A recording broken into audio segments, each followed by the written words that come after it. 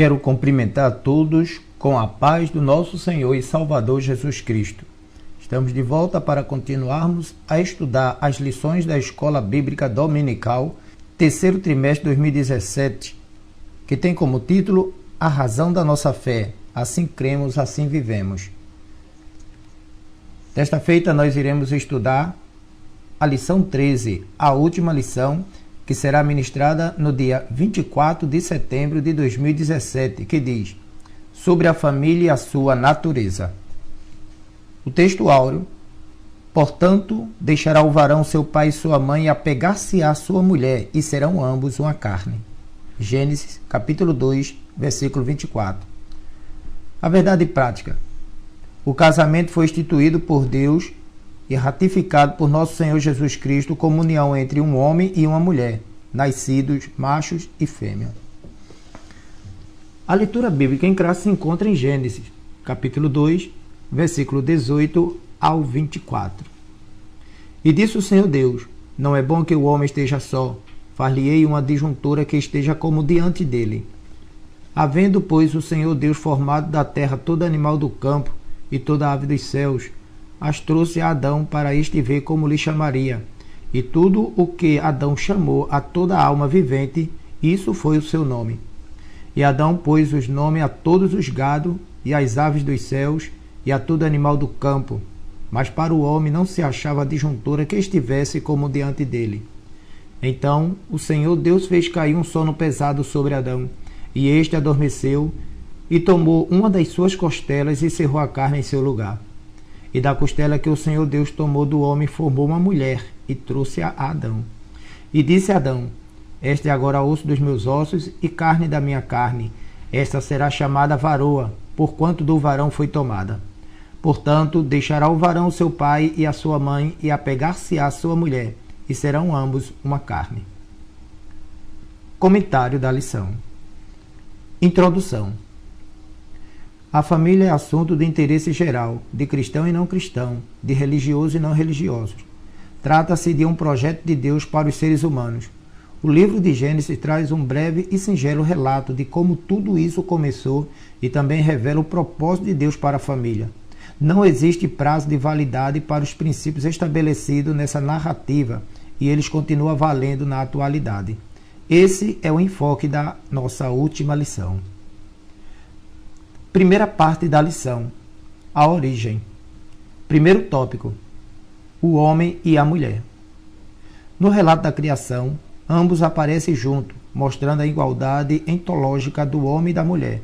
O texto de Gênesis, capítulo 1, versículo 27, diz: e criou Deus o homem à sua imagem, a imagem de Deus o criou, macho e fêmea os criou. A palavra hebraica usada para homem aqui é Adam, que serve tanto para o nome do primeiro homem que Deus criou, como também para homem no sentido de representante do ser humano. Semelhantemente, a palavra grega anthropos, a expressão final macho e fêmea os criou, mostra que Adam, nesse versículo, diz respeito ao ser humano. Isso revela a igualdade de ambos, macho e fêmea, homem e mulher, como portadores da imagem de Deus. A diferença está na sexualidade. Ao reunir esse casal, Deus instituiu o que chamamos hoje de casamento. Segundo tópico: a formação da mulher. A Bíblia nos conta como a mulher surgiu na história humana. Curiosamente, a formação da mulher não aparece nos antigos registros do Oriente Médio. No relato da criação, em Gênesis, a formação do homem só aparece uma vez. Gênesis, capítulo 2, versículo 7. E 6 vezes a da mulher. Gênesis, capítulo 2, versículo 18 até o 23. O termo adjuntora, versículo 18, quer dizer auxiliadora, conforme vemos na Almeida Revista Atualizada, e ajudadora, de acordo com o que registra a tradução brasileira. Isto não inferioriza a mulher, pois os termos auxiliador ou ajudador devem ser entendidos à luz do contexto. Conferir em Salmos, capítulo 54, versículo 4, e Hebreus, capítulo 13, versículo 6. O termo hebraico Genigodó como diante dele. Tem a ideia de igual e adequado. O relato da criação pressupõe que Deus colocou o homem com prioridade governamental, mas que ambos os sexos, homem e mulher, são mutuamente dependentes. Segunda parte da lição: a família. Primeiro tópico: conceito de família entre os antigos hebreus. O lar é parte do clã, este parte da tribo e está, por sua vez, parte do povo, nação. O lar constitui-se de pai, mãe e filhos. Conferir em Salmos, capítulo 128, versículos de 1 ao 4. É a família nuclear, considerando que a base da economia do Antigo Testamento era a agricultura e o pastoreio. A família nuclear com poucos membros via-se em dificuldade por falta de mão de obra para o sustento da casa. Por isso, ela poderia se estender com parentes próximos, tios e primos, ou com 2 ou mais gerações vivendo juntas. As casas descobertas pelos arqueólogos mostram que essas famílias ampliada era formada, em média, de 15 membros. Quando se tratava de famílias ricas, acrescentava-se servos e estrangeiros, como no caso de Abraão, ou como previsto na legislação mosaica. Saul, por exemplo, aparece na Bíblia com a menção de seu pai, avô, bisavô, trisavô e também da tribo. Segundo tópico: o papel da mulher na sociedade israelita. A tarefa do homem e da mulher era a mesma, sendo que a mulher cuidava da casa e ajudava o marido nos trabalhos diários para sustento da família. A sentença divina, por ocasião da queda do Éden, diz: e a mulher disse: multiplicarei grandemente a tua dor e a tua conceição. Com dor terás filhos, e o teu desejo será para o teu marido, e ele te dominará. Gênesis, capítulo 3, versículo 16. Isso significa que a mulher se dedicaria ao trabalho da mesma forma que o homem, e também à maternidade. A mulher não é inferior, mas o homem é o chefe e pastor do lar. Ela levava a criança no ventre e continuava exercendo suas tarefas, considerando questões médicas, sanitárias e nutricionais. A gravidez era um período de alto risco para a mãe e para o bebê. Terceira parte da lição: princípios básicos. Primeiro tópico: casamento. É a mais fundamental de todas as relações sociais. Trata-se da união íntima e verdadeira entre duas pessoas de sexos opostos, que manifesta publicamente o desejo de viverem juntas mediante um pacto solene e legal.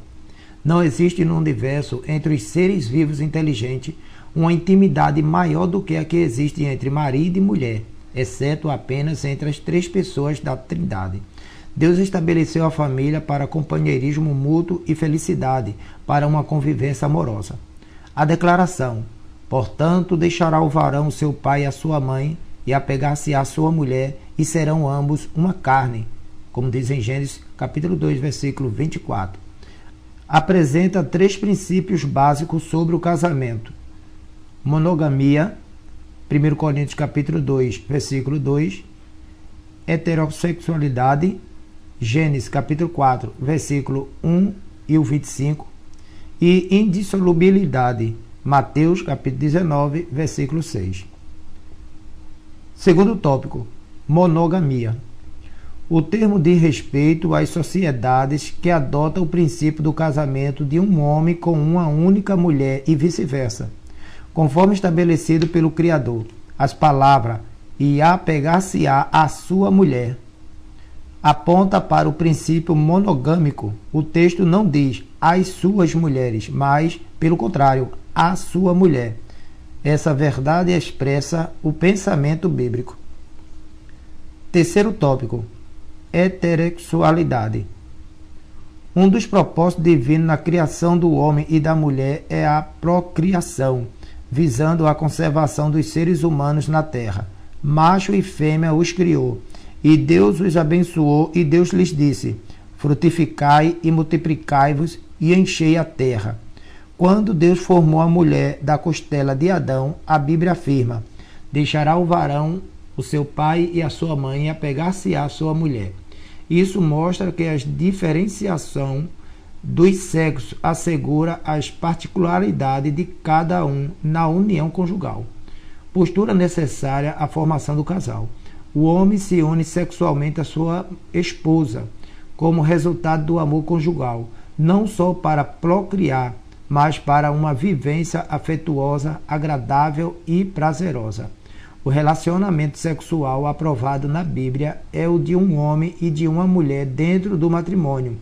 O pai e a mãe são o referencial para a formação tanto do menino quanto da menina. Acima de qualquer exemplo, o comportamento estabelecido para o homem e para a mulher deve vir da palavra de Deus. Quarto tópico: indissolubilidade. A natureza indissolúvel do casamento vem desde a sua origem, e serão ambos uma só carne. O Senhor Jesus Cristo disse que essa passagem bíblica significa a indissolubilidade do casamento, o voto solene de fidelidade um ao outro, até que a morte os separe, que se ouve dos nubentes numa cerimônia de casamento, não é mera formalidade. O casamento só termina pela morte de um dos cônjuges, pela infidelidade conjugal ou pela deserção por parte do cônjuge descrente. Quarta parte da lição: o desafio da igreja. Primeiro tópico: institucionalização da iniquidade. A tendência humana é desafiar Deus em tudo. Isso vem desde a Torre de Babel, que se encontra em Gênesis capítulo 11, versículo 4, e vai continuar até o final dos tempos. E com a sagrada instituição da família não é diferente, uma vez que Deus a instituiu como união entre um homem e uma mulher.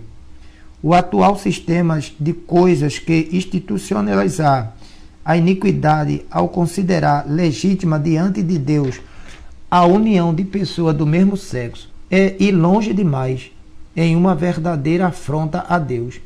A Bíblia condena a prática homossexual, ou pecado de Sodoma, para usar o termo bíblico.